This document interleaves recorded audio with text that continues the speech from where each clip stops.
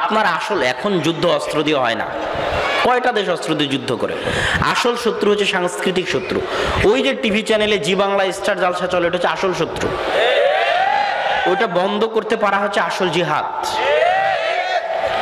ওই যে মোবাইলে হিন্দি সিনেমা আছে, হিন্দি গান আছে, হিন্দি ছবি আছে, হিন্দি ছবি খুললেই তো মূর্তি পূজা শেখানো হয়, মূর্তি পূজা দিয়ে ভর্তি। তাহলে ওইটা বন্ধ করতে পারা, না দেখতে পারাটা হচ্ছে আসল জিহাদ। কেউ যদি বিপদে পড়ে তাহলে ইউসুফ আলাইহিস সালাতু ওয়াস সালামের বিপদে পড়ার সাথে নিজেকে মিলিয়ে দেখবে। কেউ যদি দাওয়াত দিতে চায় তো মুসার দাওয়াতকে দেখবে। কেউ যদি আল্লাহর আনুগত্য দেখতে চায় তাহলে ইব্রাহিমকে দেখবে। কেউ যদি ধৈর্য দেখতে চায় তাহলে আইয়ুবকে দেখবে। এইভাবে আল্লাহ সুবহানাহু ওয়া তাআলা দৃষ্টান্তগুলো দিয়েছেন, উদাহরণগুলো দিয়েছেন, ঘটনাগুলো দিয়েছেন। তো এই জন্য ইতিহাসের গুরুত্ব সীমাহীন, অপরিসীম। আজকে আমার সংক্ষিপ্ত ইতিহাস, যে আমরা যারা এই অঞ্চলে বসবাস করি, আমাদের প্রিয় মাতৃভূমি বাংলাদেশ বা বাংলা ভাষাভাষী যারা, আমরা বাংলা ভাষায় কথা বলি, তারা যারা আমরা এই অঞ্চলে বসবাস করি মুসলমান হিসেবে, তাদের মধ্যে আমি ইতিহাস অসচেতনতা দেখি, যে তারা নিজেদের ইতিহাস সম্পর্কে জানে না এবং নিজেদের ইতিহাস সম্পর্কে সচেতন নয়। তারা শুধুমাত্র নিজেদের ইতিহাসকে 1971 সাল এবং তার পরবর্তী সময়ের মধ্যে সীমাবদ্ধ করে দিয়েছে। কিন্তু তার আগে দীর্ঘ 600 বছর, 700 বছর, 800 বছর এই দেশে যে মুসলমানেরা ছিল, মুসলমানদের অস্তিত্ব ছিল, তাদের কি ইতিহাস, তারা যে আমাদের আদি পিতা, আদি মাতা, তারা কি সংগ্রাম, কি ত্যাগ, কি তিতিক্ষা দিয়ে এই দেশগুলোকে টিকিয়ে রেখেছেন, ইসলামের প্রচার করেছেন, প্রসার করেছেন, সেই ইতিহাসগুলো সম্পর্কে মানুষ অজ্ঞ। সেগুলোর সাথে জাতীয় রক্তের কোনো সম্পর্ক নাই, জাতীয় শিক্ষা কার্যক্রমের কোনো সম্পর্ক নাই। যখনই একটা জাতিকে তার মূল ইতিহাস থেকে বিচ্ছিন্ন করে দেওয়া হয়, তখন ওই জাতি পঙ্গু হয়ে যায় অটোমেটিক, কেননা সে তার মূল আদি ইতিহাস থেকে বিচ্ছিন্ন হয়ে গেছে।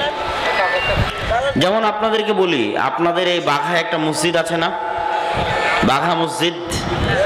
এই বাঘা মসজিদ, কুসুম্বা মসজিদ এবং সোনা মসজিদ, এই তিনটা মসজিদের স্থাপনা তারিখ দেখবেন 10, 15, 20 বছরের পার্থক্য মাত্র, তার বেশি পার্থক্য হবে না। খুব জোর 30-40 বছরের পার্থক্য হবে, একই সময়ে গড়ে ওঠা। তাহলে কে এই মসজিদগুলো তৈরি করলো? আজ থেকে 500-600 বছর আগে বাঘাতে মসজিদ তৈরি করলো, নওগাঁর কুসুম্বাতে মসজিদ তৈরি করলো, চাঁপাইনবাবগঞ্জের সীমান্ত এলাকা সোনা মসজিদ, ছোট সোনা মসজিদে মসজিদ তৈরি করলো। ছোট সোনা মসজিদে যে তোহাখানা আছে, ওটা মূলত বিশ্ববিদ্যালয়। শাহ নেয়ামাতুল্লাহ, যার কাসিদা, যার ভবিষ্যৎবাণীর একটা কবিতা বিভিন্ন বই পুস্তকে লেখা আছে, সত্য মিথ্যা আল্লাহ ভালো জানে, কিন্তু উনি ওই নামে একজন ব্যক্তি ছিলেন। তার নামে চাঁপাইনবাবগঞ্জে অনেক কলেজ আছে, অনেক কিছু আছে, এবং তারই ওটা বিশ্ববিদ্যালয় এবং মাদ্রাসা ছিল। তার ভবিষ্যৎবাণী সম্বলিত কবিতা বিভিন্ন ইতিহাস বইগুলোতে পাওয়া যায়। তো এই যে দীর্ঘ এত বছর পূর্বে এই অঞ্চলগুলোতে মসজিদ কিভাবে তৈরি হয়েছে? আপনারা গৌড় রাজধানীর কথা শুনেছেন, যে একটা বাংলায় একটা রাজধানী ছিল, সেটার নাম হচ্ছে গৌড় রাজধানী, যেখান থেকে রাজা লক্ষণ সেন ইখতিয়ার উদ্দিন মোহাম্মদ বিন বখতিয়ার খিলজির আক্রমণে পালিয়ে গেছিল। পরবর্তীতে সেখানেই মুসলমানেরা রাজধানী স্থাপন করে, যেটা ইতিহাসের পাতায় লখনৌতি গৌড় নামে পরিচিত। গৌড় নামেও পরিচিত, লখনৌতি নামেও পরিচিত, আরো অনেক নাম আছে। এই রাজধানীটা কোথায় ছিল আপনারা কি জানেন? মুসলমানদের দীর্ঘ 500 বছরের বাংলাদেশে বা বাংলায় যে শাসনামল, আমি দিল্লি শাসনামলের কথা বলছি না, কেন দিল্লি শাসনামলের সাথে বাংলার শাসনামলের কিছু পার্থক্য আছে। অনেক সময় দেখা গেছে ইতিহাসে যে বাংলায় যারা শাসন করেছে তারা দিল্লির অধীনে না থেকে স্বাধীনভাবে দেশ শাসন করতে চেয়েছে। ওই জন্য ইতিহাসের পাতা একটা অংশ পাবেন স্বাধীন সুলতানি শাসনামল। বাংলাদেশের শাসন আমলে একটা ইতিহাস পাবেন, বাংলার ইতিহাসে স্বাধীন সুলতানি শাসন আমল। ওখানে স্বাধীন কি জন্য? স্বাধীন মানে দিল্লিতে বসে যারা শাসন চালাতেন তারাও মুসলমান, কিন্তু তাদের অধীনস্থ না থেকে বাংলার শাসকেরা আলাদাভাবে স্বাধীনভাবে রাষ্ট্র পরিচালনা করার চেষ্টা করতেন। তো মাঝে মধ্যেই দিল্লির শাসকদের সাথে বাংলার শাসকদের গণ্ডগোল হতো, মারামারি হতো। এই গণ্ডগোলগুলো দিনাজপুরে হয়েছে, এই গণ্ডগোলগুলো গৌড় হয়েছে। গৌড়টা কোথায় সেটা আমি বলতেছি, লখনৌতিতে হয়েছে। তো এই জন্য স্বাধীন সুলতানি শাসন আমলের সাথে ভারত উপমহাদেশের দিল্লির কেন্দ্রীয় শাসন আমলের কিছু পার্থক্য আছে। তবে আমরা ব্রিটিশদের অধীনে যাওয়ার আগ পর্যন্ত যে লাস্ট টাইম, শেষ সময়, ওই শেষ সময়টাতে স্বাধীন সুলতানি শাসন আমল ছিল না, বরং দিল্লির কেন্দ্রীয় মোগলদের অধীনে সুবে বাংলা। আজকেও যদি আপনি পাকিস্তানে ভারতে যান তাহলে প্রদেশকে বলবে সুবা। আপ কি সুবে সে হ্যাঁ, আপনি কোন প্রদেশ থেকে এসেছেন, তো বলবে মাই উত্তর প্রদেশ সে হুঁ। তো ওটাকে উর্দুতে বলে সুবা, সুবে বাংলা, মানে প্রদেশ বাংলা, বাংলা প্রদেশের নবাব। যাদের এই আহসান মঞ্জিলে যাদের বাড়িঘর ছিল, ঢাকার আহসান মঞ্জিলে বা লালবাগের কেল্লায় যাদের বাড়িঘর ছিল, বা পরবর্তীতে শেষ সময়ে মুর্শিদাবাদে যাদের শাসন আমল ছিল নবাব সিরাজউদ্দৌলা, তো এনারা হচ্ছেন সুবে বাংলা, বাংলা প্রদেশের শাসক, যেটা মোগল কেন্দ্রীয় শাসন আমলের অধীনে পরিচালিত হতো। মোগলেরা বাংলাকে অধীনস্থ রেখেছে প্রায় 200-300 বছর, এবং বাদশাহ জাহাঙ্গীরও বাংলাদেশে এসেছে, আপনাদের রাজশাহীতে এসেছে, বাঘা মসজিদে এসেছে। বাদশাহ জাহাঙ্গীরের পিতা, ছেলে, আকবর খাঁর ছেলে মেয়েরা, তারা রাজশাহীর বাঘা মসজিদেও এসেছে এবং বাংলাদেশেও এসেছে। এটা ইতিহাসে এর বহু প্রমাণ আছে। কেন মাঝে মধ্যেই বাংলা থেকে বিদ্রোহ হতো মোগলদের বিরুদ্ধে, তখন এই বিদ্রোহ দমানোর জন্য আসতো। তারপরে একসময় বাপ ছেলের মধ্যে যখন গন্ডগোল হলো, তখন ছেলে পালিয়ে এসে বাংলায় আশ্রয় নিয়েছিল, বাংলাদেশে আশ্রয় নিয়েছিল। তো ওই স্বাধীন সুলতানি শাসন আমলে যেমন আলাউদ্দিন খিলজি বা ইলিয়াস শাহ, এনাদের নামগুলো পাবেন। বাঘা মসজিদের ইতিহাস পড়ে দেখবেন মসজিদের সামনে যেটা লেখা আছে, তারপরে কুসুম্বা মসজিদের ইতিহাসের সামনে যেটা লেখা আছে, সোনা মসজিদের ইতিহাসের সামনে লেখা আছে। এগুলো সব হচ্ছে স্বাধীন সুলতানি শাসন আমলে তৈরি হওয়া মসজিদ, যখন রাজধানী ছিল গৌড়। এই গৌড়টা হচ্ছে, গৌড়ের শেষ সীমানা হচ্ছে ছোট সোনা মসজিদ। বাংলাদেশ থেকে ভারতে ঢুকার পথে রাস্তার দুই পাড়ে যে উঁচু পাহাড়ের মতো আছে, ওটা হচ্ছে গৌড় রাজধানীর প্রবেশদ্বার, এই দিক থেকে প্রবেশদ্বার। এবং ওই রোডটা যখন মালদা বর্ডার আপনি ক্রস করবেন, সোনা মসজিদ বর্ডার ক্রস করবেন, তখন ওই রোডটার নাম গুগল ম্যাপে দেখবেন গৌড় রোড। এখনো গুগল ম্যাপে ওই রোডের নাম হচ্ছে গৌড় রোড। এবং ওই দুই ঢিপি প্রবেশদ্বারে প্রবেশ করার পর থেকে নিয়ে মালদা রেল স্টেশন পৌঁছা পর্যন্ত, ওল্ড রেল স্টেশন, পুরাতন রেল স্টেশন পৌঁছা পর্যন্ত হাতের দুই ধারে শুধু মসজিদ আর মসজিদ আর মসজিদ। এই পুরো পুরাতন মসজিদ এরিয়া ঘেরা এই জায়গাটাই স্বাধীন সুলতানি শাসন আমল, যেটা 500-600 বছর, এই পুরো বাংলাদেশের রাজধানী। এই রাজধানীর আশেপাশে হওয়ার কারণে রাজশাহীতে মসজিদ তৈরি হয়েছে, নওগাঁতে মসজিদ তৈরি হয়েছে, এই অঞ্চলগুলোতে আরও পুরাতন মসজিদ তৈরি হয়েছে, কেননা এগুলো ছিল রাজধানীর নিকটবর্তী অঞ্চল। রাজধানীর নিকটবর্তী অঞ্চল হওয়ার কারণে এবং রাজা বাদশাদের আনাগোনা বেশি হওয়ার কারণে এই অঞ্চলগুলোর নাম হয়েছে রাজশাহী, চাপাই নবাবগঞ্জ, মুর্শিদাবাদ, মালদা। এই অঞ্চলের মানুষের সংস্কৃতি, ভাষা, কথা সম্পূর্ণ এক। তো এই যে ইতিহাসগুলো মুসলমানদের এই অঞ্চলের, এরকম আরো বহু ইতিহাস আছে। যখন ব্রিটিশরা মুসলমানদের দখল করে নিল পুরো ভারত উপমহাদেশে, যে 500-600 বছর, সেটা মোগলদের অধীনে হোক আর যাদের অধীনেই হোক, মুসলমানরা যে পুরো ভারত শাসন করেছে, এই পুরো ভারতের দীর্ঘ শাসন আমলে মুসলমানদের বহু ইতিহাস, ঐতিহ্য ভারতের সাথে সম্পৃক্ত। আজকে ভারতের স্বাধীনতা দিবস যে বিল্ডিংয়ে উদযাপন করা হয়, যে বিল্ডিংয়ে পতাকা উত্তোলন করা হয়, সেই লাল কেল্লা মুসলমানদের তৈরি করা, এবং মুসলমানদের শাসন আমলেও সেখানে পতাকা উত্তোলন হতো। তো এই অঞ্চলের পুরো এরিয়াতে মুসলমানদের ছাপ আছে 500-600 বছরের। মুসলমানেরা যখন ব্রিটিশদের কাছে নিজেদের রাজত্ব হারিয়ে দেয় নিজেদের ব্যর্থতার কারণে, এই ব্যর্থতার অনেকগুলো কারণ আছে। তার মধ্যে একটা বড় কারণ হচ্ছে, যারা নিজের স্ত্রীর কবর তৈরি করার জন্য কোটি কোটি টাকা খরচ করতে পারে, তাদের ক্ষমতায় শাসন করা মানায় না। ওই কোটি কোটি টাকা দিয়ে তাজমহল তৈরি না করে যদি বিশ্ববিদ্যালয় তৈরি করা যেত, জ্ঞানের চর্চা কেন্দ্র তৈরি করা যেত, তো মনে হয় না যে ব্রিটিশরা ভারত, পাকিস্তান, বাংলাদেশের মুসলমানদের পদানত করতে পারত, যেটা বাদশাহ আলমগীর শেষের দিকে এসে করার চেষ্টা করেছিলেন। বাদশাহ আলমগীর কোরআনের হাফেজ ছিলেন, তার বোন জেবুন্নেসা কোরআনের হাফেজ ছিল, তিনি ফতোয়া কমিটি তৈরি করেছিলেন, ফতোয়া আলমগীরই লিখেছেন, যেটা আরবিতে ফতোয়া হিন্দিয়া নামে প্রকাশিত হয়েছে। তিনি শেষের দিকে কিছু জ্ঞান চর্চা এবং ভারতকে শেষবারের মতো গুছিয়ে তোলার চেষ্টা করেছিলেন, কিন্তু ততক্ষণে অনেক দেরি হয়ে গেছে। পূর্ববর্তী শাসকদের পদস্খলনের কারণে, বিশেষ করে বাদশাহ আকবরের পদস্খলন, দ্বীন-ই ইলাহি এই অঞ্চলের মানুষের আদর্শ, আকিদা, সংস্কৃতি সব ধ্বংস করে দিয়েছে। এই দেশের মুসলমানদের মধ্যে যত হিন্দুয়ানি সংস্কৃতি দেখা যায়, যত হিন্দুয়ানি আদর্শ দেখা যায়, সেটা বিবাহ থেকে শুরু করে, বিবাহ শাদীর অনুষ্ঠান থেকে শুরু করে, বিভিন্ন দিবস উদযাপন থেকে শুরু করে যত হিন্দুয়ানি সংস্কৃতি আদর্শ দেখা যায়, তার সবগুলোর অনুপ্রবেশ বাদশাহ আকবরের দ্বীন-ই ইলাহির কারণে ঘটেছে।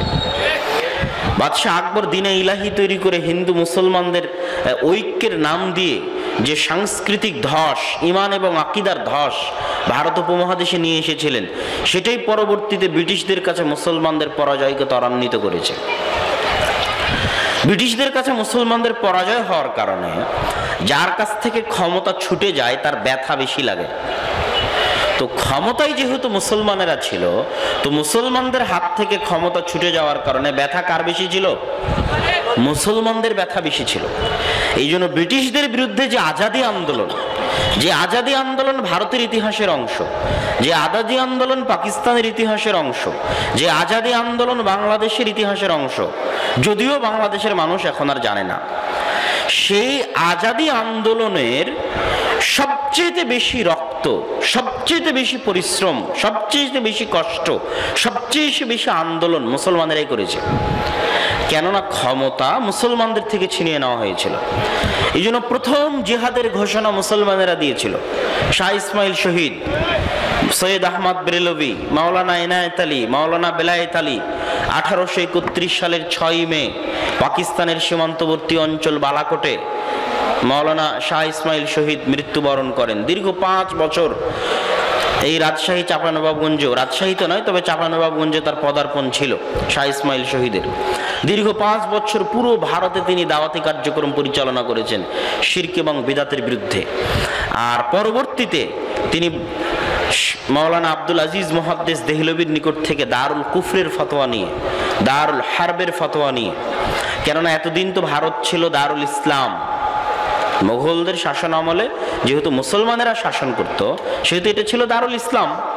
তো যতক্ষণ এটাকে ফতোয়া দিয়ে দারুল কুফর, দারুল হারব না বলা হচ্ছে, ততক্ষণ যুদ্ধ জায়েজ হবে না, ততক্ষণ গনিমতের মাল জায়েজ হবে না, ততক্ষণ কাউকে হত্যা করা যাবে না, কারো গায়ে হাত উঠানো যাবে না। আব্দুল আজিজ মুহাদ্দিস দেহলভি ফতোয়া দিয়ে দিলেন যে ভারত এখন দারুল ইসলাম নয়, ভারত এখন দারুল কুফর, দারুল হারব। তখন শাহ ইসমাইল শহীদ যুদ্ধ শুরু করলেন ব্রিটিশদের বিরুদ্ধে। এই ব্রিটিশ বিরোধী দীর্ঘ 190 বছরের যে দীর্ঘ পরিশ্রম জিহাদ, শেষ সময়ে যখন ব্রিটিশরা দেখলো যে ক্ষমতা তারা ধরে রাখতে পারতেছে না, ছাড়তেই হচ্ছে, পৃথিবীর বিভিন্ন জায়গায় তাদেরকে তখন ক্ষমতা ছাড়তে হচ্ছিল, সেই সূত্র ধরে ভারতেও তাদেরকে ক্ষমতা ছাড়তে হচ্ছে, তখন তারা যারা যে সমস্ত মুজাহিদরা আন্দোলন করছিল তাদের হাতে যদি ক্ষমতা দিয়ে চলে যায়, তো পুরো ভারত আবার কারা শাসন করবে? জোরে বলেন, কারা? আবার মুসলমানেরাই শাসন করবে। এইটা তারা হতে দিত না, যে আমাদের যদি ছাড়তেই হয় তো আমরা এভাবে ছাড়বো না। তখন তারা গণতন্ত্রের নামে বিভিন্ন রাজনৈতিক দল তৈরি করা শুরু করলো। এটা ছাড়ার প্রস্তুতি। রাজনৈতিক দল তৈরি করতে গিয়ে 2টা রাজনৈতিক দল হলো। একটা রাজনৈতিক দলের নাম কংগ্রেস, একটা রাজনৈতিক দলের নাম মুসলিম লীগ। তখন মুসলমান এরা 2 ভাগে বিভক্ত হয়ে গেল, হিন্দুরা বিভক্ত হয়নি। হিন্দুরা তখন এক বাক্যেই বলেছে আমরা অখণ্ড ভারত চাই, কিন্তু মুসলমানেরা 2 ভাগে বিভক্ত হয়ে গেল। একদল মুসলমান বলল যে আমরা অখণ্ড ভারত চাই, কেননা একসাথে ভারতে যদি আমরা থাকি আমাদের সংখ্যা হবে অনেক বেশি, আর এই অনেক সংখ্যা নিয়ে আমরা ভারতে নিজেদের রাজনীতিতে, শিক্ষায়, সংস্কৃতিতে সবকিছুতে নিজেদের প্রভাব ধরে রাখতে পারবো।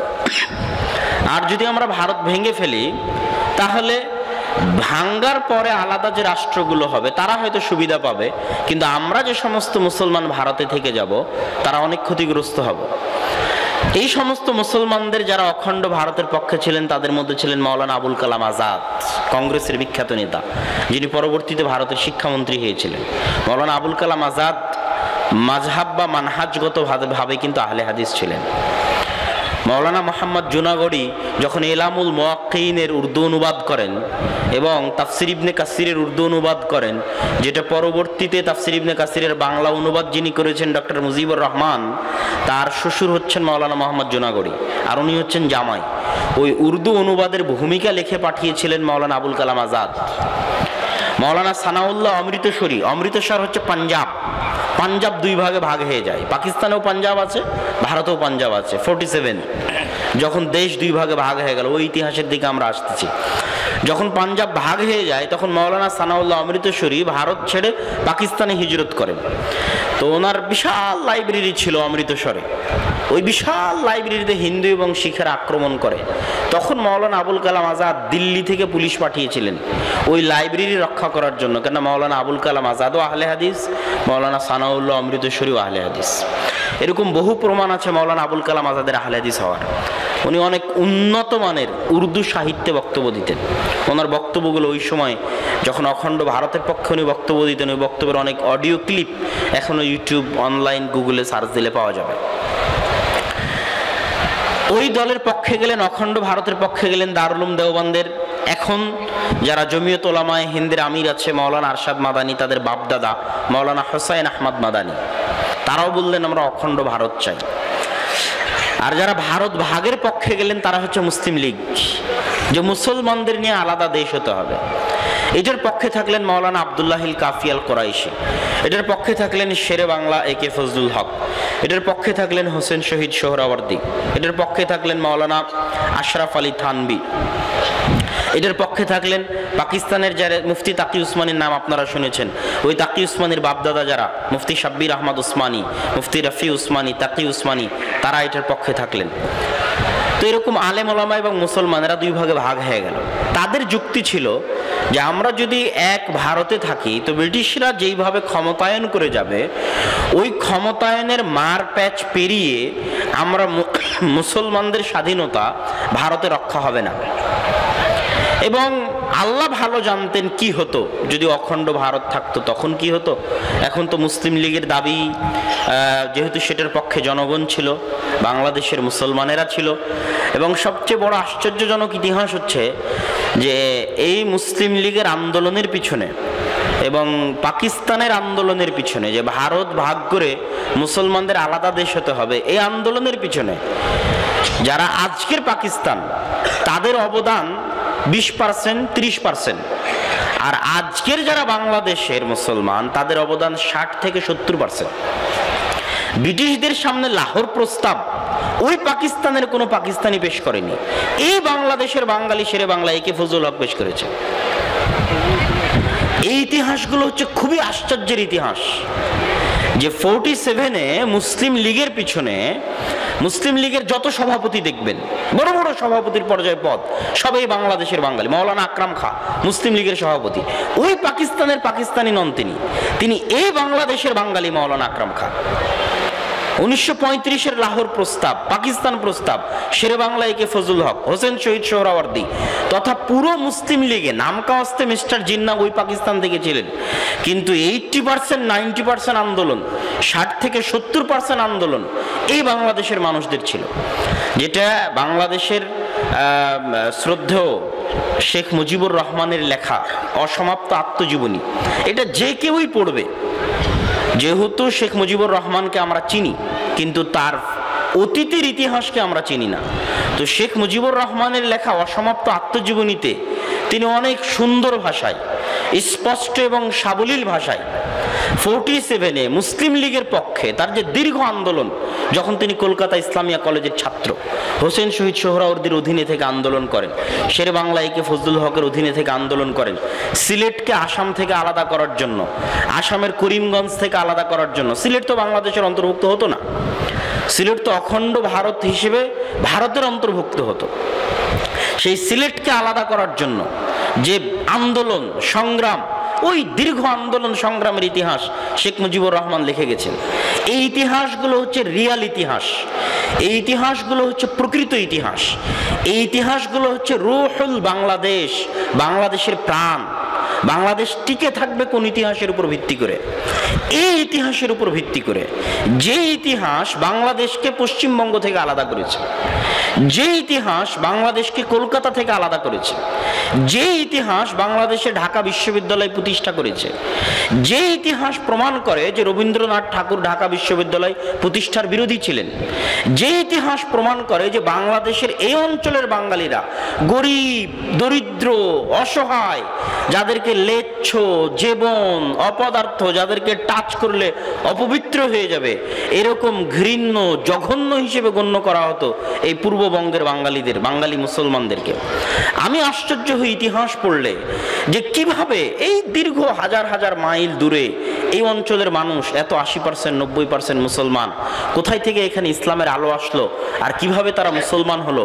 আর এই গরিব অঞ্চল, পুরোটাই গরিব অঞ্চল, এবং এই বাংলাদেশকে শাসন করে, বাংলাদেশ হচ্ছে গাভীর মতো, এই বাংলাদেশকে শাসন করে ব্রিটিশরা যত কোটি টাকা উপার্জন করত, তাদের ওই সময়ের যে প্রবৃদ্ধি ছিল, তাদের ওই সময়ের যে ইনকাম ছিল, সেই ইনকাম যাচাই বাছাই করলে দেখা যায় তাদের ইনকামের বিরাট অংশ এই বাংলাদেশের যারা নীল কর ছিল, যারা নীল চাষ করত, তারা যে করগুলো দিত, ট্যাক্সগুলো দিত, চাষিরা ছিল। এই বাংলাদেশকে স্বর্ণ বা সোনালী বাংলাদেশ এমনি বলা হয় না। তখন তো আর ফারাক্কা ছিল না, পানির সমস্যা ছিল না, মরুভূমি ছিল না, এটা যে নদী নালায় ভরপুর, মাছ সবুজে ভরপুর।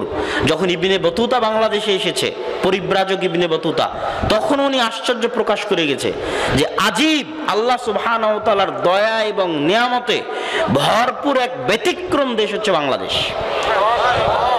এবং এই দেশের গাভীর দুধ দহন করে ব্রিটিশরা তাদের রাজত্ব চালিয়েছে, এই গাভীর দুধ দহন করে পাকিস্তানিরা তাদের রাজত্ব চালিয়েছে, কেননা এখান থেকে সব টাকা পয়সা তারা নিয়ে যেত। অনেক উন্নত বাংলাদেশের যদি দুর্নীতি বন্ধ করা যায়, জিরো টলারেন্স যদি দুর্নীতি থাকে, যেই ক্ষমতায় আসুক না কেন, এই দেশকে স্বাধীনভাবে নিজের পায়ে দাঁড়িয়ে পৃথিবীর বুকে একটা উন্নত দেশ হিসেবে প্রতিষ্ঠান করা অবশ্যই সম্ভব। কিন্তু দুর্নীতির কারণে, অন্যায়ের কারণে, জুলুমের কারণে আমাদেরকে নত হয়ে থাকতে হয়। নত হয়ে থাকার মতো দেশ বাংলাদেশ নয়, এবং নত জানু পররাষ্ট্র নীতি বাংলাদেশের ইতিহাস নয়। বাংলাদেশের ইতিহাস হচ্ছে স্বাধীনতার ইতিহাস, বাংলাদেশের ইতিহাস হচ্ছে মুখ খুলে কথা বলার ইতিহাস, বাংলাদেশের ইতিহাস হচ্ছে ইমানের ইতিহাস, ইসলামের ইতিহাস, মুসলিম লীগের ইতিহাস, পাকিস্তানের আন্দোলনের ইতিহাস। এবং অসমাপ্ত আত্মজীবনী পড়লে যে জিনিসগুলো ফুটে ওঠে সেটা হচ্ছে ইসলামী বাংলাদেশের স্বাধীনতার একমাত্র মৌলিক ভিত্তি। আপনি যখনই ইসলামকে বাদ দিয়ে দিবেন তখন এই দেশ আর আলাদা থাকতে পাবে না। আলাদা থাকার কোনো কারণ, কোনো পদ্ধতি, কোনো অপশন তৈরি হবে না এই দেশের। আলাদা স্বাধীন দেশের কোনো অস্তিত্ব তখন থাকবে না, কেননা মূল লড়াই হচ্ছে আদর্শিক লড়াই, মূল লড়াই হচ্ছে সাংস্কৃতিক লড়াই। তো আমি সংক্ষিপ্ত ইতিহাসগুলো বলে যেটা বুঝাতে চাইলাম যে আবেগ দিয়ে কোনো সময় সত্যিকার সফলতা অর্জন করা যায় না। আপনি আবেগ দিয়ে আজকে লিল্লাহে তাকবীর দিয়ে কোনো একটা নির্দিষ্ট দেশের বিরোধিতা করতেছেন, অথচ আপনি ওই দেশের সিনেমা গান নিয়ে ব্যস্ত, এই বিরোধিতার কোনো মূল্য আছে? আপনি আবেগ দিয়ে একটা দেশের বিরোধিতা করতেছেন, অথচ দিন শেষে আপনি ওই দেশের আইপিএল নিয়ে ব্যস্ত, আইপিএল এর জুয়া নিয়ে ব্যস্ত, এর কোনো মূল্য আছে? মূল লড়াই কোথায়? মূল লড়াই আদর্শে, সংস্কৃতিতে। ওই যুবক সমাজের যদি আদর্শ না থাকে তো আর লিল্লাহে তাকবীর দিয়ে 10টা গাড়ি ভেঙে দেওয়ার কোনো মূল্য নাই। ওই দিন শেষে গিয়ে হিন্দি সিনেমা দেখবে, হিন্দি ছবি দেখবে, হিন্দি গান বাজাবে। এটা কিসের স্বাধীনতা? যে স্বাধীনতার উৎসবে হিন্দি গান বাজে, এটা তো হতে পারে না। তাহলে ওই আদর্শহীন যুবক, চরিত্রহীন যুবককে দিয়ে এই দেশের স্বাধীনতা টিকবে না।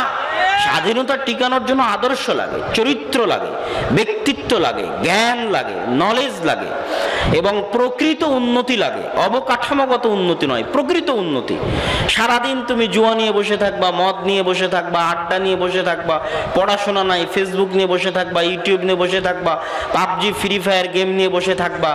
আর ওই ইসরায়েল আমেরিকার যুবকরা সারাদিন জ্ঞান নিয়ে গবেষণা করবে, সায়েন্স নিয়ে গবেষণা করবে, পড়াশোনা করবে, মদ জোয়ার আড্ডায় যাবে না, খেলাধুলার মধ্যে আড্ডায় যাবে না। আর তুমি বিপিএল এর জুয়া, আইপিএল এর জুয়া নিয়ে ব্যস্ত থাকবা আর মনে করবা যে একটা ব্রিজ তৈরি করলে দেশ উন্নত হয়ে গেল। অসম্ভব, এটা হতে পারে না। তুমি তো ওই ব্রিজের কামলা, তুমি তো ওই ব্রিজের পাট যে খেটে খায়, মাথায় ইট পাটকেল নিয়ে ফেলো। একটা ইঞ্জিনিয়ারিং প্ল্যান করার মতো তোমার ক্ষমতা নাই, ওই শিক্ষাগত যোগ্যতা তোমার নাই। তাহলে শিক্ষা হচ্ছে আসল জিনিস। যেদিন ঢাকা বিশ্ববিদ্যালয় সারা পৃথিবীর উন্নত বিশ্ববিদ্যালয়গুলোর কাতারে নাম লেখাবে, যেদিন বাংলাদেশের যুবকরা জ্ঞান, গবেষণা, শিক্ষা, পড়াশোনায় সামনে এগিয়ে যাবে, সেই দিন এদেশ এমনি উন্নত হবে। সেই দিন আবেগ লাগবে না। মানুষের জ্ঞানে মানুষকে কথা বলতে বাধ্য করবে, মানুষের জ্ঞান মানুষকে সামনে চলতে বাধ্য করবে। সুতরাং যুবক সমাজের প্রতি আমার একটাই উদাত্ত আহ্বান যে আমরা আবেগের রাস্তা পরিহার করে জ্ঞানের রাস্তায় ফিরে আসি এবং জ্ঞান গবেষণা দিয়ে নিজেদের ইতিহাস চর্চা করে নিজেদের ইতিহাসকে সামনে রেখে ধীর পদক্ষেপে সামনের দিকে এগিয়ে যাই। সফলতা, বিজয় মুমিন মুসলমানদের হবেই। এখানে ইনশাআল্লাহ এখানে হতাশার কিছু নাই।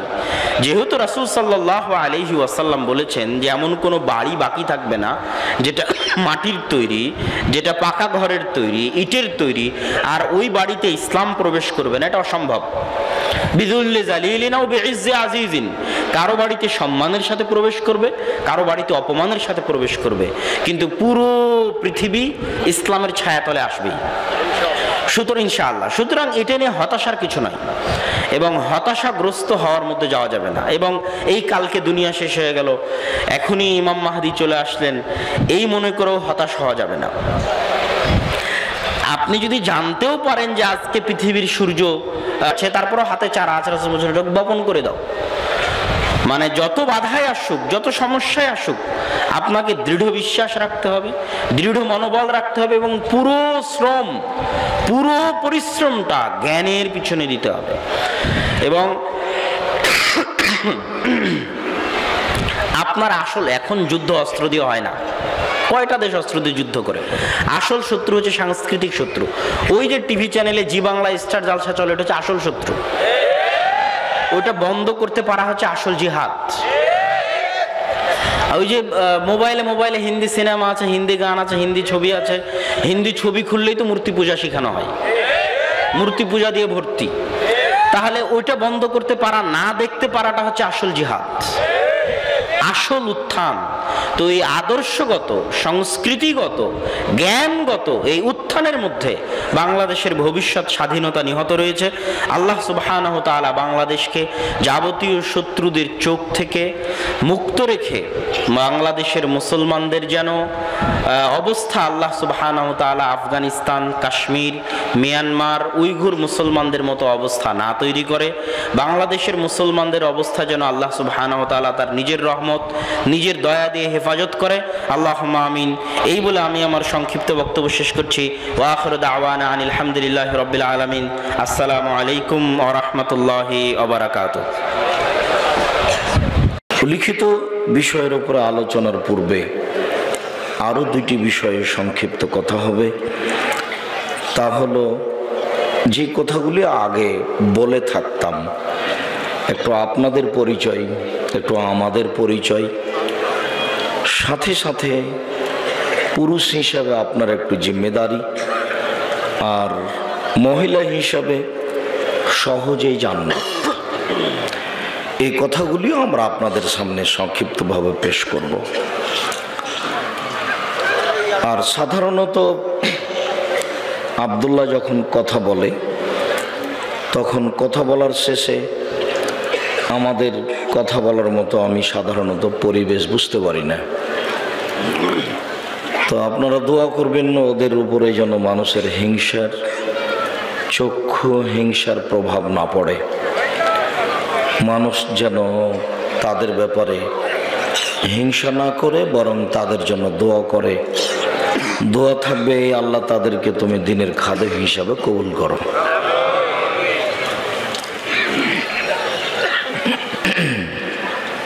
যে ইতিহাস বলছিল সেই ইতিহাস আমরা জানতে পারছিলাম যে ইতিহাসে আমরা শিশু, এসব ইতিহাস আমরা জানি না। আর এ কথাই ঠিক যে আমাদের ইতিহাস তো 71 সাল থেকে, যার কারণে আমরা পূর্বের ইতিহাস ভুলে গেছি। কোরআন মাজিদ ইতিহাস দিয়ে পূর্ণ আছে। অতীতের কথা বললে নিজের ঈমান বাড়ে। যারা আল্লাহর শত্রু ছিল, নবীর শত্রু ছিল, বড় বড় ক্ষমতাধর ব্যক্তি ছিল, আদ সামুদ ফেরাউন ছিল, ওরা ধ্বংস হয়ে গেছে। অন্যায় করলে এভাবে ধ্বংস হয়ে যাব, এরকম একটা কথা মনে ভাসে। মর্মে ইতিহাস অবগত হওয়া মানুষের জন্য একান্ত জরুরি, তবে সত্য ইতিহাস। মানুষ আসলে 71 সালে কতটি মরল, এখন সত্য মিথ্যে কোনটা যারা তদন্ত করছে বা করে তারা জানে। সম্মানিত দ্বীনী ভাই বোন, একটু আপনাদের পরিচয়, আপনারা কারা, আপনাদের ব্যাপারে আল্লাহ তাআলা বলেন ফাসআলু আহলা যিকরি ইন কুনতুম লা তা'লামুন বিল বায়িনাতি ওয়াজ যুবুর। হে দুনিয়ার অজানা মানুষ, তোমরা জানা মানুষের নিকটে জানো প্রমাণ সহকারে। এইটা আপনাদের জরুরি জিম্মেদারি থাকতে হবে, নইলে এক শ্রেণীর আলেম ওলামা সমাজে মিথ্যা ধর্ম পেশ করে বলবে এটাই ধর্ম। আপনাদের জন্য একান্ত জরুরি আল্লাহ তাআলার এই আদেশকে নিজের জীবনে বাস্তবায়ন করা। যাকে দাওয়াত দিবেন, বক্তব্য শুনবো বলে অন্তত 10 জন মানুষকে জিজ্ঞাসা করতে হবে যে আমরা আব্দুর রাজ্জাক বিন ইউসুফকে দাওয়াত দিতে চাচ্ছি, উনি কোরআন হাদিস বোঝেন কিনা, তাকে দাওয়াত দেওয়া যাবে কিনা বক্তব্য শোনার জন্য। এটা একটা জরুরি জিম্মেদারি। এরপরে উনি কোরআন হাদিস জানেন কিন্তু আমাদের সামনে প্রমাণ সহকারে বললেন কিনা এটাও দেখতে হবে। আল্লাহ তাআলা দুইটা দেখতে বললেন, এক জানা মানুষের কাছে জানতে হবে, 2 প্রমাণ সহকারে জানতে হবে। তার মানে ইসলাম ধর্ম প্রমাণ দিয়ে চলে, যুক্তি দিয়ে চলে না, মারেফতি দিয়ে চলে না, অন্ধকারই চলে না, সবকিছু নগদ।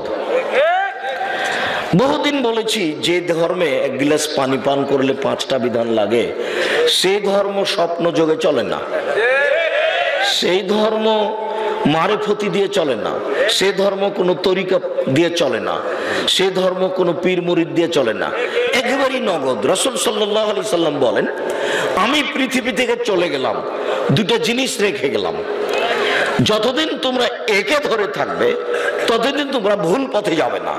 তো সেটা তো নগদ জিনিস, সেখানে তো কোনো গোপন কিছু নাই।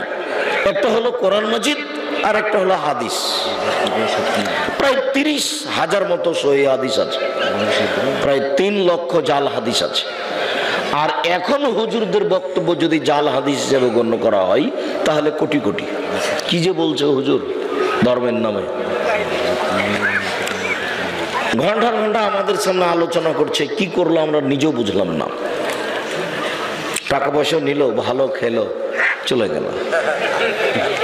খাওয়া আমি অবাক হই, টাকা পয়সা অবাক হই, দুটাই। তো সম্মানিত দ্বীনী ভাই বোন, না কোনো কথা বলা হবে না, তোমার আমি কোনো এরকম মুখামুখি পরামর্শ চাইনি, আর আমার কথার সাথে সাড়া দিতে হবে না। আর যারা তোমরা দায়িত্বশীল আছো একটু দেখো, দোকানপাটে যারা এখনো আছেন, দাঁড়িয়ে আছেন, বসে আছেন, এরকম নোংরা ঘৃণিত কাজ করিয়েন না। আপনার জন্য এসেছি, আপনি কেন দোকানপাটে থাকবেন? আপনার একটু শরম হয় না কেন? আপনার একটু লজ্জাবোধ হয় না কেন? আজকে কেন আপনাকে হাট বাজার করতে হবে? আর এত খেতে হবে কেন? খেয়ে তো এসেছেন, তারপরে এত জিলাপি, এত পেঁয়াজি কেন?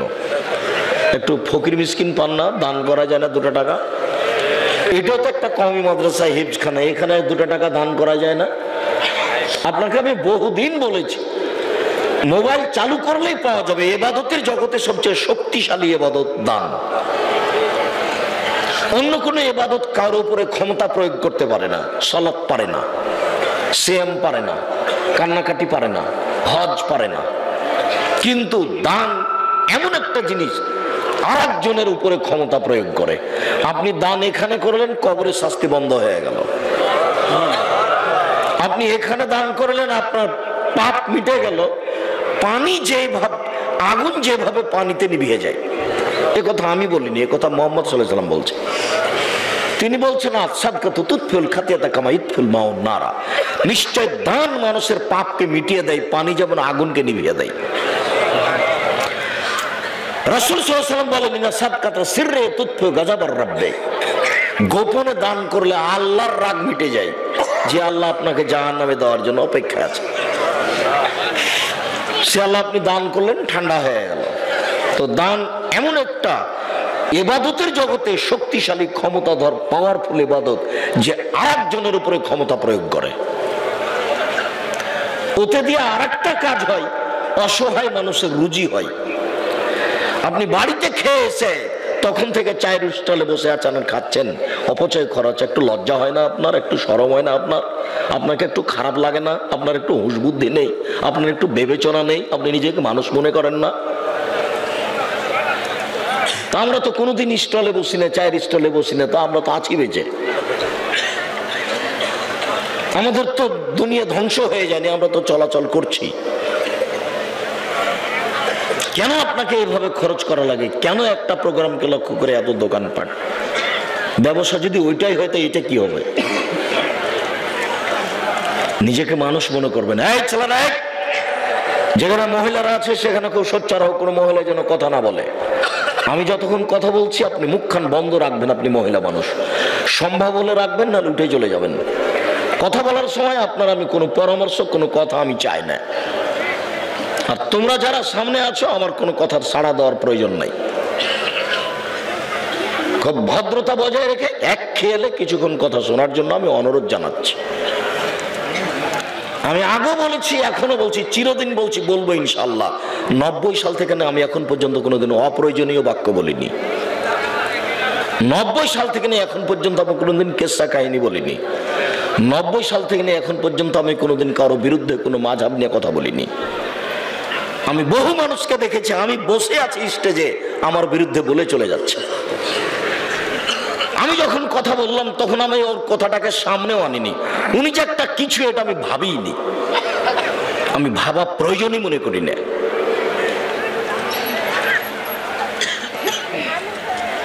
কারো কথার উত্তর আমার দেওয়ার প্রয়োজন নেই।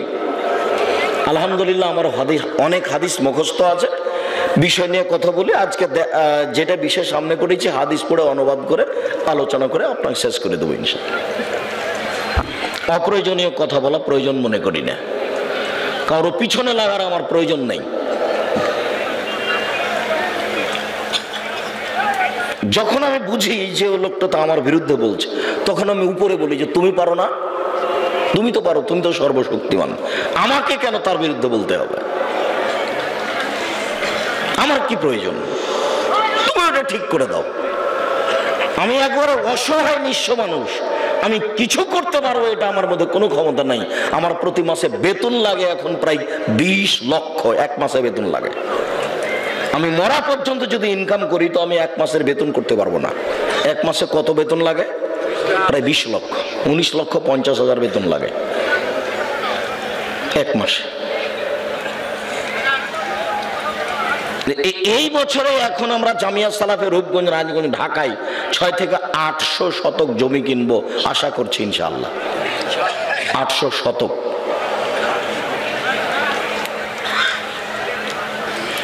আমার একটাই সাহস, আমি 10 পয়সার ক্ষতি করি না, 10 পয়সা দিয়ে কারো সুবিধা করি না। আর যারা দান করে আমি তাকে হিসাব করি না যে আমাকে দান করলো, তার নামটা হিসাবে রাখতে হবে, কি করতে হবে তাকে আবার বলতে হবে, এই হিসাব আমার নাই। ও দান করেছে, যার জন্য দান করেছে তাকে বলুক যে আমাকে নেকি দাও, আমি তাকে হিসাব করব, তারপরে উনি দান করবেন, এই হিসাব আমার মাথাতে নেই। আমি জামিয়া সালাফের 10 টাকা খেলে আমি তার টাকা, একদিন খেলে আমি তার টাকা দিয়ে দিই। আমি আপনাদের জামিয়া সালাফেই খাই না, আপনাদের জামিয়া সালাফে আর আমি কোনো জিনিস সুবিধা ভোগ করি না, করিনি, করব না ইনশাআল্লাহ। আমার একটাই এদেশের স্বাদ, আমি এদেশের মাটিতে উন্নত মানের প্রতিষ্ঠান গড়বই গড়বো ইনশাআল্লাহ। সেটাই জামিয়া সালাফিয়া, সেটাই জামিয়া সালাফিয়া রূপগঞ্জ, নারায়ণগঞ্জ, ঢাকা, সেটাই জামিয়া সালাফিয়া ডাঙ্গিপাড়া, পাবা, রাজশাহী, সেটাই জামিয়া সালাফিয়া তেঘরা, বিরল, দিনাজপুর, সেটাই জামিয়া সালাফিয়া 6 মাইল, বাবুগঞ্জ, বরিশাল, আরো হবে ইনশাআল্লাহ। এখন জামিয়া সালাফিয়ায় 3850 জন ছাত্র আছে, ছেলে মেয়ে, 167 জন শিক্ষক শিক্ষিকা আছে। আপনার পাশের প্রতিষ্ঠান জামিয়া সালাফিয়া ডাঙ্গিপাড়া 90% জমির উপরে মসজিদ, যার একতলায় 3000 মানুষ সালাত আদায় করতে পারবে। আপনি এখন যান কি না, 10 টাকা দেন কি না, না গেলেও হবে, টাকা না দিলেও হবে, তবে আপনি যাবেন না এটা আমি চাই না, 10 টাকা দিবেন না এটা আমি চাই না। আপনি না দিলেও যদি হয় তাহলে আপনি তো ফাঁকে পড়লেন, তা আপনিও দেন, আপনিও দিন, দেখে আসবেন। জামিয়া সালাফিয়া রূপগঞ্জ, নারায়ণগঞ্জ, ঢাকায় 10,000 মানুষ একসাথে সালাত আদায় করতে পারবে এই মসজিদ গড়ব বলে আশা করছি ইনশাল্লাহ। বাইতুল হাম জামে মসজিদ, এরকম একটা বিশাল জামে মসজিদ 6 মাইল, বাবুগঞ্জ, বরিশাল, এরকম একটা বিশাল জামে মসজিদ তেঘরা, বিরল, দিনাজপুর, এরকম আরো যেখানে যেখানে প্রতিষ্ঠান গড়বে আমরা বাইতুল হাম জামে মসজিদ গড়ব বলে আশা করছি ইনশাআল্লাহ। যেখানে ছেলেমেয়েরা বাংলা, ইংরেজি, আরবি উন্নত মানের শিক্ষা অর্জন করে জাতির অন্যায়ের বিরুদ্ধে লড়বে মুখে কলমে মিডিয়ায়, আমি কাজে সফল হবই হব ইনশাআল্লাহ। কেন হব? আমি 10 পয়সার ক্ষতি করি না, এটাই আমার সাহস। আমি মাঝে মধ্যে জিজ্ঞাসা করি নিজেকে যে তোমার দ্বারা 10 পয়সার ক্ষতি হয় কিনা, তা আমি জিজ্ঞাসা করে বুঝে পাই যে আমি 10 পয়সার ক্ষতি করিনি। যেমন ভাবে বলেছি, 90 সাল থেকে নিয়ে এখন পর্যন্ত আমি কোনো মানুষের কাছে পথ খরচ পাথেও চাইনি।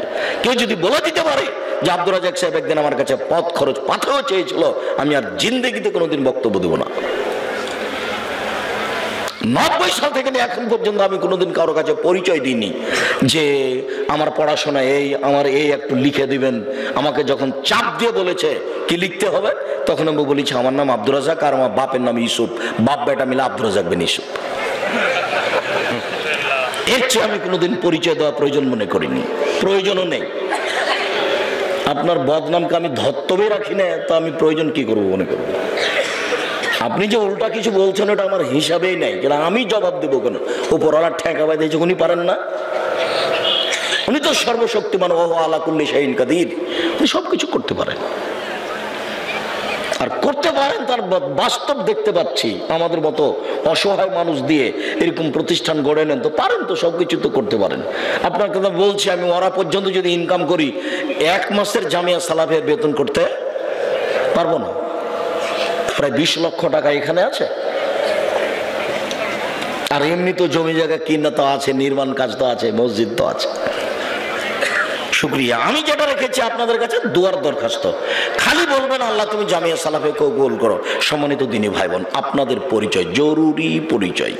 জীবনে যতদিন পর্যন্ত বেঁচে থাকবেন ততদিন পর্যন্ত জানা মানুষের কাছে জানতে চাইবেন, আর প্রমাণ সহকারে, তাহলে সেও বাঁচবে, আপনিও বাঁচবেন। এবার একটু আমাদের পরিচয়, আমরা কারা। আব্দুল্লাহ ইবনে আমর রাদিয়াল্লাহু তাআলা আনহু বলেন, রাসূল সাল্লাল্লাহু আলাইহি ওয়াসাল্লাম বলেছেন, বাল্লিগু আন্নী ওয়ালা আয়া, পৃথিবীর মানুষ আমার একটা কথা জানা থাকলে অন্যকে বলো। বাল্লিগু আন্নী ওয়ালা আয়া, আমার একটা কথা জানা থাকলে অন্যকে বলো। বাচ্চা খেতে বসেছে, তখন বলেন আবু বিসমিল্লাহ বলেছো? আবু বিসমিল্লাহ বলো। আপনি মা, একজন মহিলা মানুষ এখানে বসে আছেন, আমি জানি না আপনি বাচ্চাকে দুধ খাওয়ানোর সময় বিসমিল্লাহ বলেন কিনা। এই মেয়ে, তোমাকে বলছি, উপস্থিত বৈঠকের মুসলিম বোন, আপনাকে বলছি, আমি জানি না আপনার বাচ্চাকে যতবার আপনি দুধে লাগান ততবার আপনি বিসমিল্লাহ বলেন কিনা। দেখেন আল্লাহর নবী বলছেন, ইন্না শায়তান ইস্তাহিল্লুত তাম আল্লাহ ইযকারা ইসমুল্লাহ আলাইহি, নিশ্চয় শয়তান ওই খাদ্য খায় যে খাদ্যে বিসমিল্লাহ বলা হয় না। আপনি যদি বাচ্চাকে দুধ খাওয়ানোর সময় বিসমিল্লাহ না বলেন, তাহলে আপনার এই দুধ শয়তান খাবে, নিশ্চিত খাবে, অবধারিত খাবে, নবী বলেছেন খাবে, অতএব খাবেই খাবে, কাউকে বলা লাগবে না, ও খাবে, এই কথা আল্লাহ নবী বলেছেন। অতএব আপনি বাচ্চা প্রসব করেছেন, আপনি বিসমিল্লাহ বলবো আমি, দুধ খাওয়াবো না আপনি আর বিসমিল্লাহ বলবো আমি, এটা হয় নাকি? কেমন মা আপনি? আপনাকে আমি শতদিন বলিনি যে বাচ্চা প্রসব করাতে পারলে মা হওয়া যায় না? বাচ্চাকে দুধ খাওয়াতে পারলে মা হওয়া যায় না, পাগলিও বাচ্চাকে দুধ খাওয়াতে পারে, পাগলিও বাচ্চা প্রসব করাতে পারে, কিন্তু দুধ খাওয়ানোর সময় পাগলি বিসমিল্লাহ বলতে পারে না। তাহলে আপনাকে একটা মা হতে হবে। ঢং ঢং করে এসেছেন, আবার গল্প করতে করতে ঢং ঢং করে চলে যাবেন, এটা হলো? দেবরের সাথে মোটর সাইকেলে চলে এসেছেন, ভ্যানে চলে এসেছেন, কিভাবে এসেছেন, সব কাপুরুষ স্বামী, এভাবে পরকাল হারিয়ে যাচ্ছে দিন ধর্মের নামে। এটা বিবেচনা করতে হবে না? বয়স তো দেখতে দেখতে 30, 40, 50 হয়ে গেছে, 60 হয়ে গেছে, মরা তো লাগবে আজ হোক আর কাল। জালাল ভাইকে দেখলাম কতদিন আমাদের সাথে শ্রদ্ধা দিয়ে চললেন, আজকে তো নেই, তারই তো প্রোগ্রামে এসেছি। মরণকে হিসাব করতে হবে। আপনি একটা মহিলা মানুষ, কেন আপনি বিবেচনা করেন না? আপনার যেটা জানা আছে আর একজনকে বলতে হবে, জরুরি। একটা ছেলে মসজিদে ঢুকে গেল, ছেলে তুমি বিসমিল্লাহ বলেছো, মসজিদে ঢোকার দোয়া পড়েছো? পরস্পরের রাসূলের সব কথাগুলি বলতে হবে। কেন? মুসলমান আছে কারাগারে। রাসূল সাল্লাল্লাহু আলাইহি ওয়াসাল্লাম বলছেন যে দুনিয়া সিজনুল লিল মুমিন ওয়াল জান্নাতুল লিল কাফির। দুনিয়া হচ্ছে মুমিনের জন্য কারাগার। তো কারাগার মানে তো কোথাও যাওয়া যায় না, কারোর সাথে বলা যায় না, স্বামীর সাথে একটু কথা বলবো, স্বামী কারাগারে। তাই এসেছি মঙ্গলবারে 3 মাস পরে, তারপরে কত কি করে বাহির থেকে কথা বলছি, তার নামে কারাগার। তো আল্লাহর নবী বলছেন আমরা আছি কারাগারে। তো বুঝতে পারলাম এটা কারাগার কিভাবে? কারাগার তুমি বুঝতে পারলে না? এই তুমি যে মাথায় কাপড় না দিয়ে এখন বসে আছো, তুমি এটাকে কারাগার মনে করনি। মাথায় কাপড় দিয়ে বসে থাকতে হবে, তার নাম কারাগার। তুমি ইচ্ছা মতো থাকতে পারো না। উপস্থিত বৈঠকের মুসলিম বোন, আপনার যে হাতটাই পুরো একটা ছোট ব্লাউজ পরে আছেন, এই পুরোটা ফাঁকা পড়ে আছে, এটা কারাগার। আপনি এটা ফাঁকা রাখতে পারেন না, ঢেকে রাখতে হবে। আপনি নিজের স্বাধীনতা চলবে না, আরেকজনের স্বাধীনতা চলে, যার নাম মুহাম্মদ সাল্লাল্লাহু আলাইহি সাল্লাম। পৃথিবীতে কার স্বাধীনতা চলে? মুহাম্মদ সাল্লাল্লাহু আলাইহি সাল্লামের। পৃথিবীর কোন মানুষের ব্যক্তিগত স্বাধীনতা নেই, সবকে তার অধীনে থাকতে হবে। মসজিদে ঢুকলে তার নীতিতে ঢুকতে হবে, বিছানায় শুইলে তার নীতিতে শুইতে হবে, বিছান থেকে উঠলে তার নীতিতে উঠতে হবে। একটু জুতা পরলে, এই যে আমি 2000 টাকার যে জুতা কিনেছি, জুতাটা আমি নিজের স্বাধীনতায় পরতে পারবো না, তারই স্বাধীনতায় আমাকে জুতা পরতে হবে। আমি যে জাতির সামনে কথা বলছি, আমার স্বাধীনতা আমি কথা বলতে পারবো না, আমাকে আগে বলতে হবে আসসালামু আলাইকুম। তারপরে আমার স্বাধীনতা আমি বক্তব্য শুরু করে দিতে পারবো না, আগে বলতে হবে আলহামদুলিল্লাহ ওয়াহদা, আল্লাহর প্রশংসা, এক আল্লাহর প্রশংসা। ও সালাতু ওয়াস সালামু আলা মান লা নাবিয়্যা বাদা, সালাত আর শান্তি মুহাম্মদের উপরে হোক, তারপরে আমি কথা বলতে পাবো। আমি যদি কথা বলি তাহলে আমি নিজ স্বাধীনতায় বললাম, তাহলে আমি কারাগারে থাকি না, আমি নিজের মতো চললাম। প্রত্যেকটা কর্ম প্রমাণ দিতে হবে তার নীতিতে চলা করা, তার নাম কারাগার। এখান থেকে উঠে যাবেন আর গল্প করবেন আর সিগারেট খাবেন আর যাবেন, এটা হলো কারাগার। জোর থেকে এসে দোকানে বসে চা খাচ্ছেন আর এই করছেন আর সে করছেন, এর নাম কারাগার। মানুষের বদনাম করবেন আর চলবেন, তার নাম কারাগার। আপনাকে আমি কতবার বললাম যে আমার 5টা উপদেশ মনে রাখবেন। আমি আব্দুর রাজ্জাক বিন ইউসুফ আপনার জন্য জাতিকে 5টা উপদেশ দিয়ে গেলাম। 1, আপনার জীবনের সবচেয়ে জরুরি কাজ কোনটা? এর চেয়ে জরুরি কাজ পৃথিবীতে নেই, সেটা হলো সালাত, নামাজ। মনে রাখতে হবে আপনাকে। পৃথিবীবাসী, আমি আব্দুর রাজ্জাক বিন ইউসুফ আপনাদের দ্বীনী ভাই হিসাবে মহিলা পুরুষ সকলকে বলে যাচ্ছি, মানুষের জীবনের সবচেয়ে জরুরি কাজ পৃথিবীতে, কাজ হিসাবে, কর্ম হিসাবে এর চেয়ে জরুরি কাজ পৃথিবীতে নাই। সেটা কি? সালাত। জীবনে এর সাথে কোনোদিন আপোষ করিয়েন না, একে শক্ত হাতে দমন করবেন। টাইম হলে আদায় করতে হবে, যত সমস্যা থাকে। কোন দিন 5 মিনিটের জন্য এর সাথে আপোষ করবেন না। এর চেয়ে জরুরি কাজ পৃথিবীতে নেই। 2, দ্বিতীয় পৃথিবীতে জরুরি কাজ হালাল রুজি। আপনাকে আমি ব্যাংকে লোন নিয়ে ব্যবসা করতে বলিনি, কোনোদিন বলিনি। চকলেট দিয়ে ব্যবসা করতে বলেছি, তাহলে লোন নেওয়া লাগবে না। চকলেট দিয়ে যদি আমি ব্যবসা করি তো লোন নেওয়া লাগবে না? লোন এত খারাপ, লোন এত খারাপ, লোন এত খারাপ যে লোন যেন আমি না করি, এই জন্য আল্লাহর নবী দিন রাত পরিত্রাণ চাইতেন। সালাম ফিরার পূর্বে এমন কোনোদিন জীবনে একটা দিন ঘটেনি যে এই দোয়া বলেননি। দোয়ার শেষ বাক্যটা হচ্ছে আল্লাহুম্মা ইন্নী আউযু বিকা মিনাল মা'সামি ওয়াল মাগরাম। তোমার কাছে বাঁচতে চাই বড় পাপ হতে, তোমার কাছে বাঁচতে চাই ঋণ কর্জ হতে, তোমার কাছে বাঁচতে চাই বড় পাপ হতে, তোমার কাছে বাঁচতে চাই ঋণ কর্জ হতে, তোমার কাছে বাঁচতে চাই বড় পাপ হতে, তোমার কাছে বাঁচতে চাই ঋণ কর্জ হতে। এই বাক্যটা না বলে তিনি কোনোদিন সালাম ফিরেননি। এ কথা আয়েশা রাদিয়াল্লাহু তাআলা আনহা বলেন, হাদিস বুখারী মুসলিম। আর আপনি ব্যাংকে চাকরি করেন, এটাই খারাপ। আবার আপনি 30 লাখ টাকা লোন নিয়ে বাড়ি করলেন, ছেলে মেয়ের জন্য রেখে চলে গেলেন, আর জাহান্নামার যা মরার সাথে সাথে আপনাকে কবরে গুতাইতে লাগলো। আপনি একটু কিছুই বুঝলেন না, হুঁচলার মতো দিন কাটাচ্ছেন। চাঁপানেগঞ্জের ভাষাতে যে বুদ্ধি দিয়ে কাজ করে না, ওকে বলে হুঁচলা, মোটা বুদ্ধি। একটু বিবেচনা করতে হবে না? এমনি তো বোকামির পরিচয় ব্যাংকে চাকরি করতে গেছেন। আমি তো বলেছি এই বাংলাদেশের মাটিতে এমন কোন ব্যাংকিং ব্যবস্থা নেই, এমন কোন ব্যাংক নেই যেখানে চাকরি যায়। দেখি কোন মায়ের বেটা প্রমাণ করতে পারে। ব্যাংকে টাকা রাখা আর ব্যাংকে চাকরি করা দুটো এক নয়। সম্মানিত দিনী ভাই বোন, মানুষের জীবনে সবচেয়ে জরুরি কাজ হালাল রুজি। শ্বশুরের কাছে টাকা নিয়ে জীবিকা নির্বাহ করবেন না, ও কথা পুনরায় বলা লাগবে না। শতবার বলেছি যে যৌতুকের টাকা দিয়ে চাউল কিনে ভাত খেয়ে ইবাদত কবুল হবে না। ভিক্ষা করার টাকা দিয়ে চাউল কিনে ভাত খেয়ে ইবাদত কবুল হবে। আমি ভিক্ষা করব কেন? আমার গায়ে শক্তি আছে, কাজ করে খেতে পারি। তবুও ভিক্ষা করা টাকা দিয়ে চাউল কিনে ভাত খেয়ে ইবাদত কবুল হবে। যৌতুকের টাকা দিয়ে ভাত খেয়ে ইবাদত কবুল হবে না। চাউল কিনে ভাত খেয়ে ইবাদত কবুল হবে না, ওটা হারাম টাকা। যৌতুক শ্বশুরকে ফেরত দিতে হবে, এটা ভুল হয়েছে।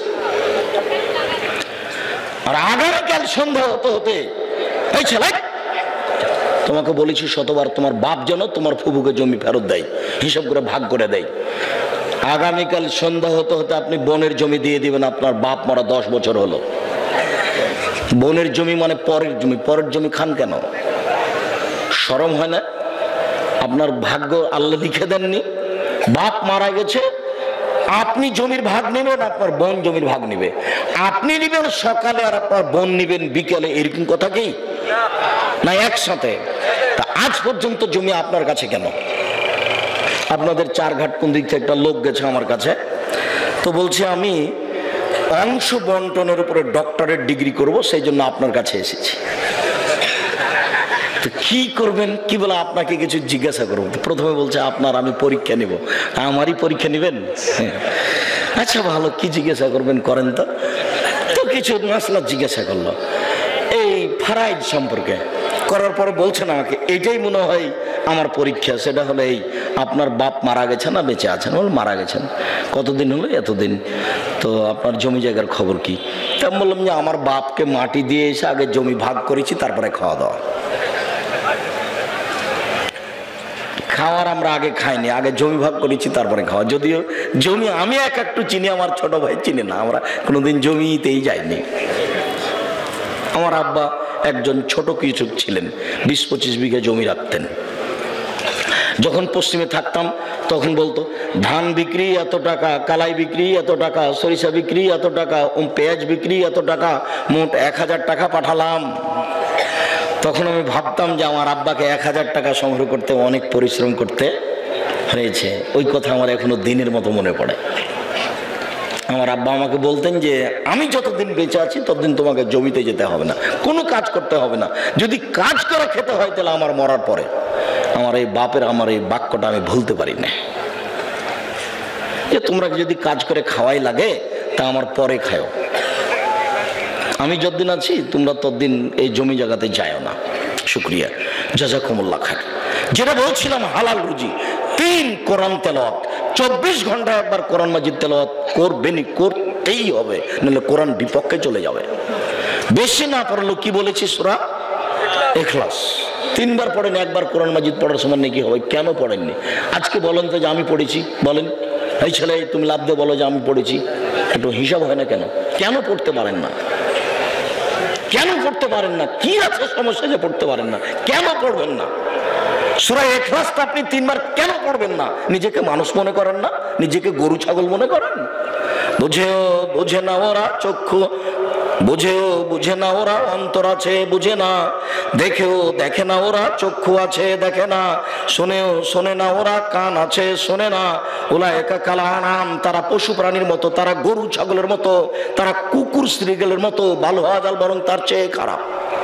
নিজেকে গরু ছাগল মনে করেন, পশু প্রাণী মনে করেন। কেন আপনি পড়েননি কোরআন মাজিদ? আজকে অন্তত সূরা ইখলাসটা কেন পড়েননি? এটা হলো 4 নাম্বার। 1 সালাত, 2 রুজি, 3 কোরআন তেলাওয়াত, 4 দুইজন যেখানে বসে আছে সেখানে বসবেন না।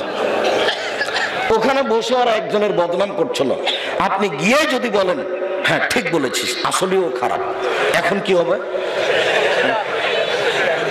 তাহাজ্জুদ সারা জীবনে যা পড়েছেন ওইটা যদি এক পাল্লায় দেওয়া হয় আর